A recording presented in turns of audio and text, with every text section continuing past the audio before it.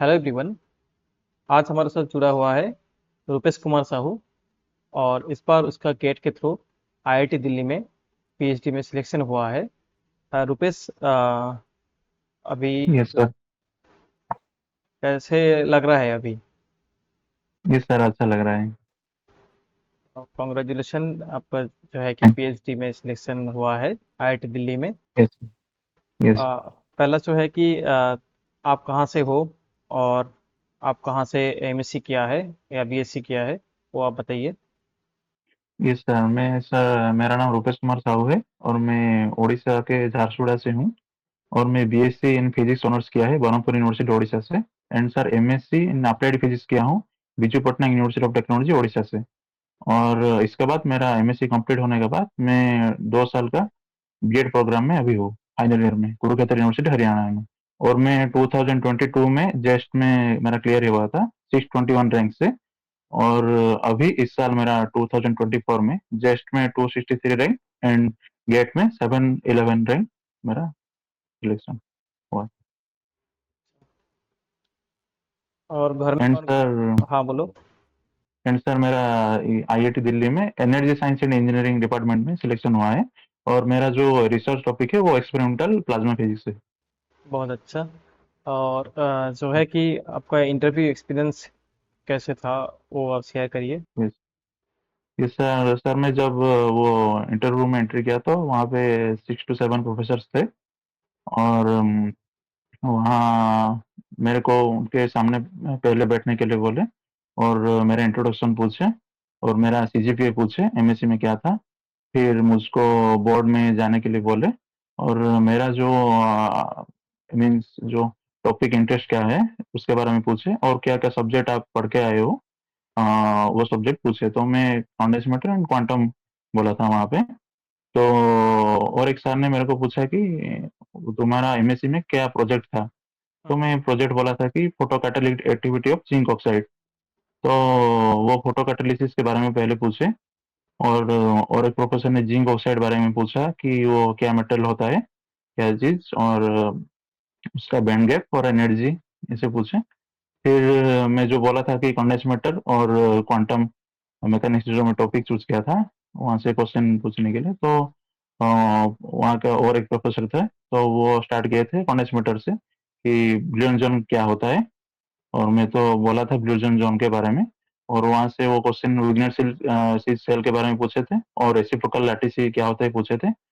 फिर और एक सर ने पूछे थे कि जो मोनोएटॉमिक लैटिस वाइब्रेशन है, तो उसका जो रिजल्ट है ओमेगा वर्सेस के, उसका डायग्राम बोर्ड में ड्रॉ करने के लिए, उसका long wavelength and small wavelength में। एंड और एक सर ने पूछे थे कि जो डायरेक्ट बैंड गैप मेटल और इनडायरेक्ट बैंड गैप मेटल, उसका डिफरेंस क्या होता है, और उसका डायग्राम भी आप ड्रॉ करने के लिए बोले। अच्छा, आप थोड़ा बताइए कि क्या आप बोला था। हाँ सर, तो मैं ओमेगा वर्सेस के का जो डायग्राम बना दिया था, जो भी सबका होता है omega equal to root over of 4 beta by M sine k by two, हाँ। उसका एक्सप्रेशन लिख दिया था वहाँ पे। एंड सर लॉन्ग वेवलेंथ में मैं उसको सॉल्व किया था ब्लैक बोर्ड में, और शॉर्ट वेवलेंथ में। एंड सर उसके बाद वो पूछे थे कि जो डायरेक्ट बैंड गैप मटेरियल क्या क्या होता है एग्जाम्पल, और इनडायरेक्ट बैंड गैप मटेरियल क्या क्या होता है। तो मैं डायरेक्ट बैंड गैप मटेरियल में बोल दिया था जिंक ऑक्साइड, गैलियम आर्सेनाइड, ऐसे मटेरियल होता है। और उसका जो डेफिनेशन होता है कि डायरेक्ट बैंड गैप मटेरियल में कि एनर्जी और जो मोमेंटम वेक्टर ई एंड के, वो सेम लाइन में रहता है।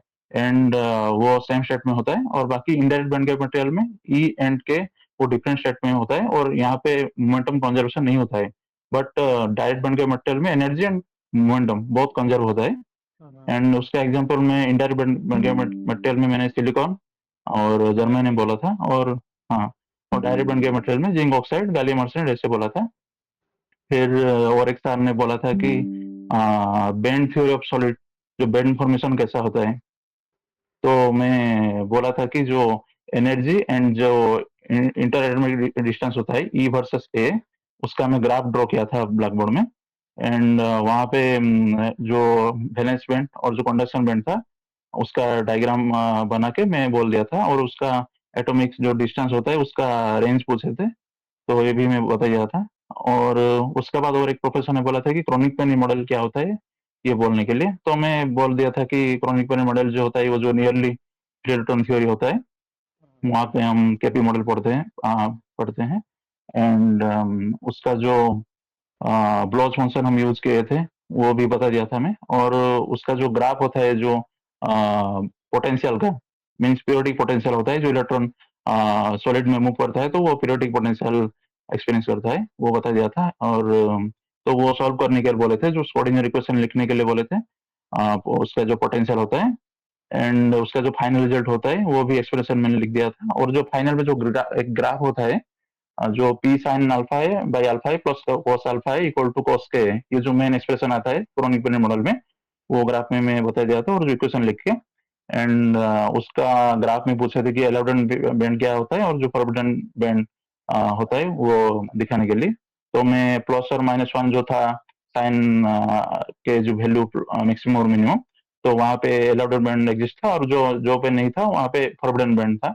तो ये मैं केपी मॉडल वहाँ पे लिख के बताया था। फिर और एक सर ये होता है कंडेंस मैटर कंप्लीट। और एक सर क्वांटम मैकेनिक्स में पूछे थे कि श्रोडिंगर इक्वेशन लिखने के लिए बोले थे, time independent and time dependent. तो मैं टाइम इंडिपेंडेंट लिख दिया था, एच आई इक्वल टू इसे, and time time dependent Schrodinger equation भी लिख दिया था। तो और एक सर ने पूछा था कि जो हाइड्रोजन एटम होता है ना उसका श्रोडिंगर इक्वेशन लिखने के लिए बोले थे, और जो पोटेंशियल होता है, जो इफेक्टिव पोटेंशियल वहाँ पे होता है, वो सिर्फ लिखने के लिए बोले थे। क्वांटम मैकेनिक्स का बस इतना ही क्वेश्चन था। एंड सर मैं तो ईएमटी नहीं बोला था, लेकिन और एक सर ने मेरे को ईएमटी का क्वेश्चन पूछे थे लास्ट में, कि जो मैक्सवेल इक्वेशन होता है उसका जो कंडक्टिंग मीडियम में उसका 4 इक्वेशन लिख के बताइए। तो मैं वो 4 इक्वेशन लिख के बताया था। और जो उसका वेव वेक्टर होता है ना, वो जो कॉम्प्लेक्स फंक्शन का होता है k equal to alpha plus i beta, तो वो भी लिख के नहीं बोला था। और जो एनर्जी एक्सप्रेशन आता है नॉर्मल, तो कंडक्टिव मीडियम में एक एक्सपोनेंशियल माइनस बीटा जेड का फंक्शन आता है वहाँ पे, तो वो भी एक्सप्रेशन लिखने के बोला था। और जो ग्राफ प्लॉट करने के बोला था कि जो कंडक्टिंग मीडियम में स्किन डेप्थ होता है, जो ग्राफ ऐसे जो होता है डैम्प्ड ऑसिलेटर जैसा, तो वो हमें बता दिया था वहाँ पे। एंड लास्ट में सर मेरे को वो जिंक ऑक्साइड के बारे में पूछा था कि वो तो डायरेक्ट बैंड गैप मटेरियल है, एंड उसका तो आपका एनर्जी गैप क्या होता है, 3.3 इलेक्ट्रॉन वोल्ट मैंने बोला था। और उसका एनर्जी कितना होता है वो मेरे को पूछे थे, तो मैं एनर्जी कैलकुलेशन कर दिया था, E equal to h c by lambda. तो एच सी हमको मालूम था 1200 4000 electron volt Armstrong, divided by उसका जो वेवलेंथ हमको मालूम था। तो हम वहाँ से एनर्जी कैलकुलेट किया था मैं। तो वो किस रेंज में लाई करता है वो मेरे को पूछे थे। तो वहाँ पे जो वेवलेंथ तो आया था कि 370 नैनोमीटर रेंज, तो वो अल्ट्रा वायलेट रेंज में होता है, तो ये मैं बोला था। और इतना ही क्वेश्चन था, नॉर्मल ही बेसिक क्वेश्चन पूछे थे। और लास्ट में एक साहब ने पूछा था कि आपका टॉपिक इंटरेस्ट क्या है, तो मैं बोल दिया था कि प्लाज्मा है। तो मैं प्लाज्मा के बारे में मुझसे पूछे थे कि प्लाज्मा क्या होता है, तो मैं बोल दिया था प्लाज्मा एक फोर्थ स्टेट ऑफ मैटर होता है, and it contains positive and negative charge particle. तो और एक सर ने बोला था कि प्लाज्मा का एप्लीकेशन क्या क्या होता है।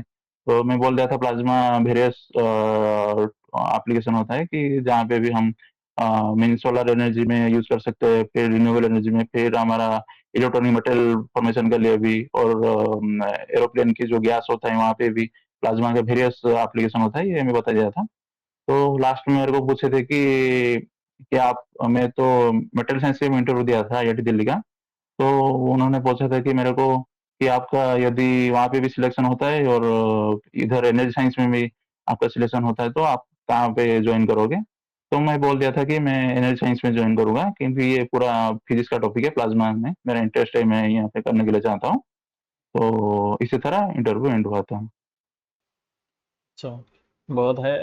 अच्छा लगा तुम्हारे साथ बात करके। और थैंक। जो है आगे भी और भी अच्छा सक्सेस आए। ठीक है। ठीक है सर, थैंक्स। और यस। जो है कि all the best. Thank yes. You. Thanks.